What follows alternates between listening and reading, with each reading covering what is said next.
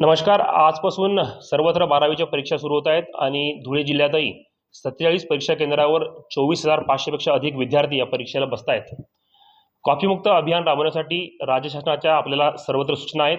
माननीय मुख्य सचिव मॅडम यांच्या अध्यक्षतेखाली बैठक झाली. तसेच जिल्हास्तरीय बैठक ही माननीय जिल्हाधिकारी महोदय यांच्या अध्यक्षतेखाली झालेली आहे.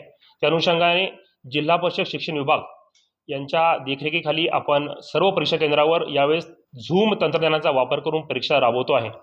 यामध्ये आपल्याला महसूल पथक, पोलीस पथक, शिक्षण विभाग पथक आणि बोर्डाचे पथक आहेच. त्याशिवाय या तंत्रज्ञानाचा वापर केल्यामुळं आम्हाला जिल्हास्तरीय एका ठिकाणी बसून सेंट्रलाइज पद्धतीने इन कॅमेरा ऑनलाईन रेकॉर्डिंगद्वारे सर्व 24,500 मुलांचं कॉपीमुक्त अभियान राबवण्यात येत आहे. या अभियानाचा उद्देश एवढाच आहे की खरोखर प्रामाणिकपणे मेहनत करणाऱ्या विद्यार्थ्यांना प्रोत्साहन मिळावं आणि गैरप्रकारचा अवलंबन करू नये यासाठी अवेअरनेस आणि एन्श्युअर करणं.